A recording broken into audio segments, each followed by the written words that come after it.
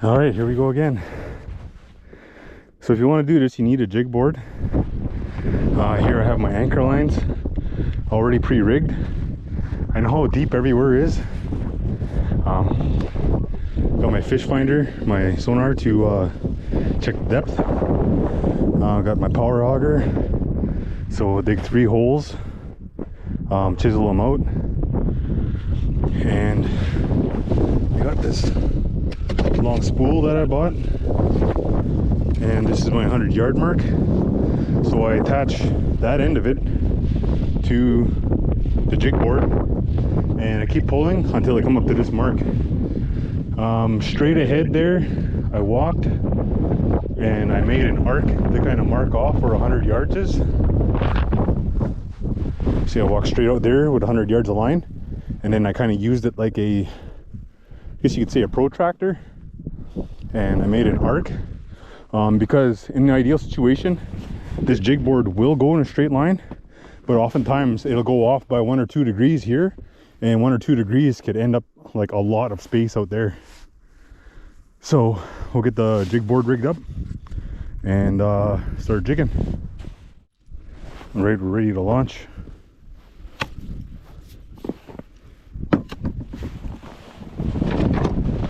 So let's hope this guy goes in a straight line.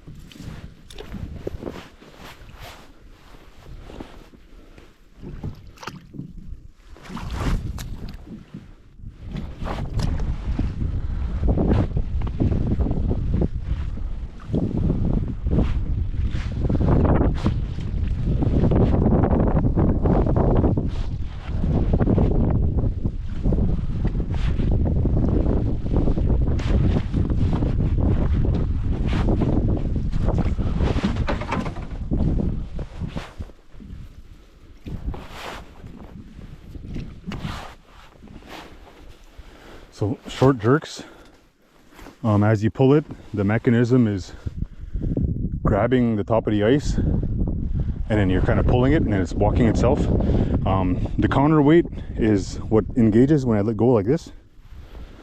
The counterweight drags that claw down, and it's been my experience that you gotta make sure that you don't let that counterweight go completely down, or else the jig board will flip on you, and then it's not going to do any walking if it's flipping.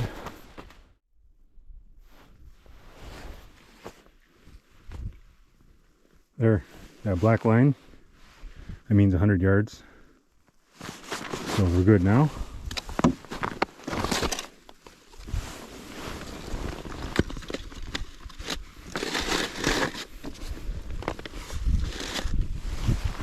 So now what we have to do is go look for it, for the jig board.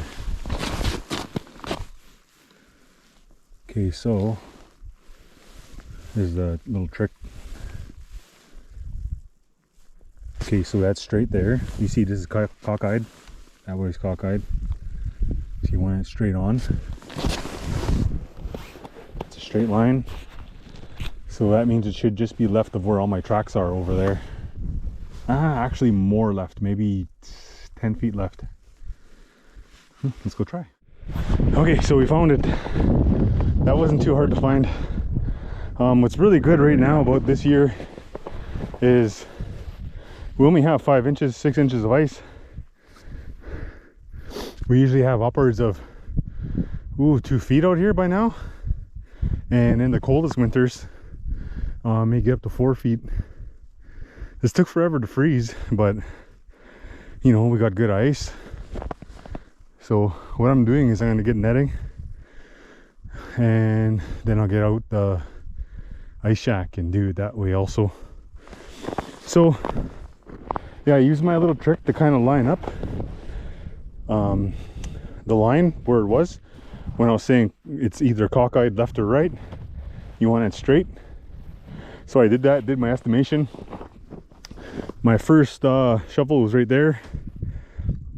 Then I looked at where the line is and I was like, okay, it's got to be over there more. So I cleared it out and here it is in the orange. So what we do is we drill a hole here, here, and here. Then we'll use the gaff to pull the line out. Then we'll berth it. So here's a better view after I cleared some snow and some ice. There's our board gleaming in the sun.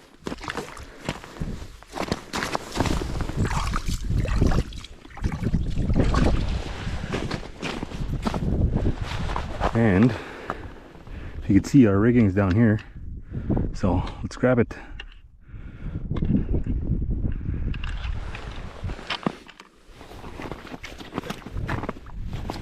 Gaff it.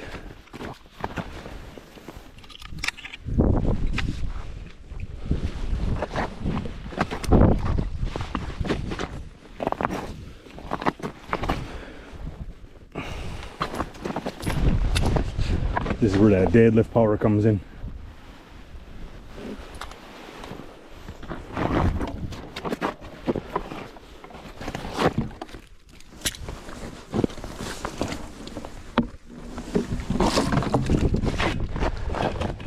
And there she is.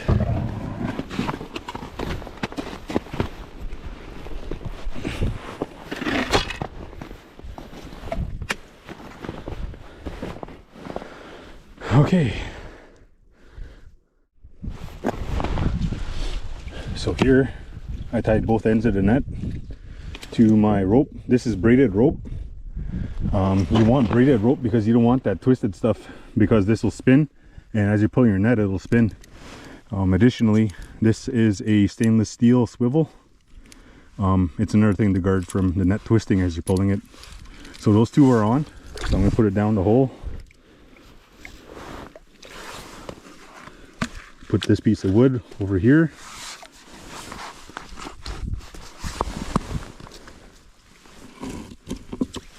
Okay, now we go to the other side, and when we pull. Okay, so now we pull in the net.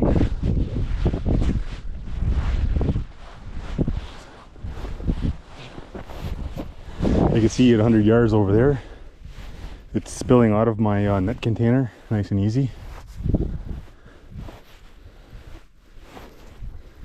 So ideally you want a second person with you. The second person could be watching that jig board as it's going, so you don't waste your time wondering where it is, digging around. Also, the second person has to steady that net. Make sure it goes in straight, no twists. Float line to the top, lead line to the bottom. But from what I can tell right now, it's going in nicely. Usually when I service my nets, take all the junk out, dry them off, sew them up if I have to. I usually, when I repack them, I pack them like a parachute, carefully layer after layer after layer, so it's really easy to put out. That makes a really big difference, especially when we're netting and it's, let's say, November, and it gets dangerous out here. You're out and it's just above freezing. The waves are really high, like 4 feet high, and you're in a 16-foot boat. That makes it really difficult and scary. Anyway, you don't want to be fucking around with how straight your net is. You want to get it out there, deploy it, drive away, get out. I know some could say, what are you doing going out when it's awful outside? Well, sometimes it's the only opportunity you have, and sometimes you have to weigh the cost risk balance. Give it some serious thought.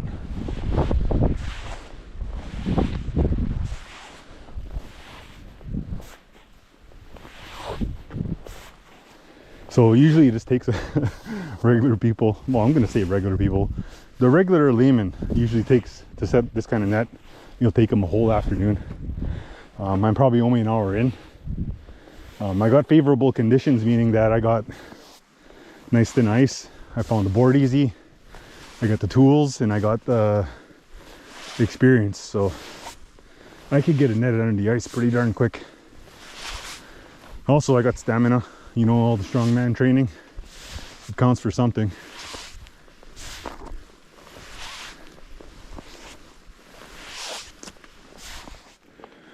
All right, we got the net here. It's tied up. So I got my float line on a knot, about maybe 7 feet from my anchor. My anchor being this little wedge.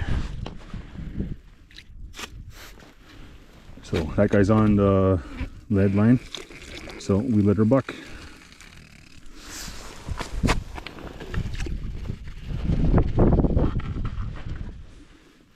So we're only 20 feet down, 24 feet down, and I got a 50-foot length here.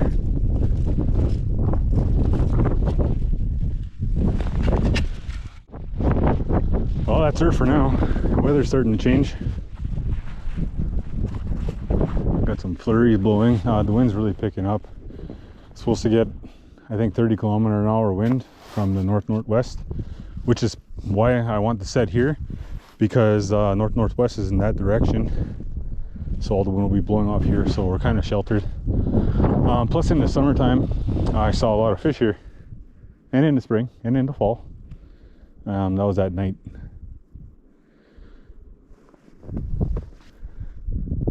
So this area is called Corbier's Cove. My cousins all have cabins here. I guess a long time ago, my grandpa, he settled back there in the bush here. His last name was Corbier, Paul Corbier. Hence Corbier's Cove. Anyway, it's a really nice place to fish. You know, it's kind of butted away. One of the biggest hazards of netting like this is skidoos. But the skidoos usually cut directly across from that point to that point. It was relatively safe here, and it's always a good idea to mark your holes.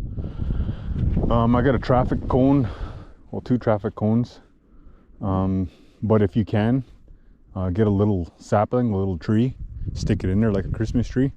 You'll freeze in there and it'll show where your holes are, and if skidooers do go by, they're not going to run over that little tree. Anyway, so I gotta haul all this gear up this hill, and